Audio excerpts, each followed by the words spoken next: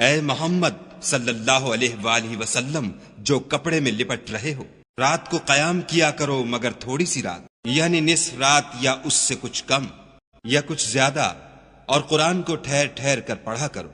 हम अनकरीब तुम पर एक भारी फरमान नाजिल करेंगे।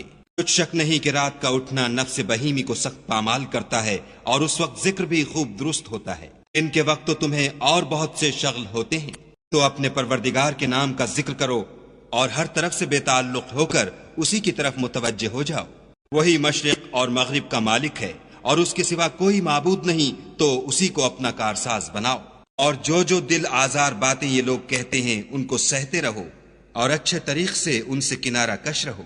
और मुझे उन झुटलाने वालों से जो दौलतमंद हैं समझ लेने दो और उनको थोड़ी सी मोहलत दे दो। कुछ शक नहीं कि हमारे पास बेड़ियां हैं और भड़कती आग है और गुलूगीर खाना है और दर्द देने वाला अजाब है।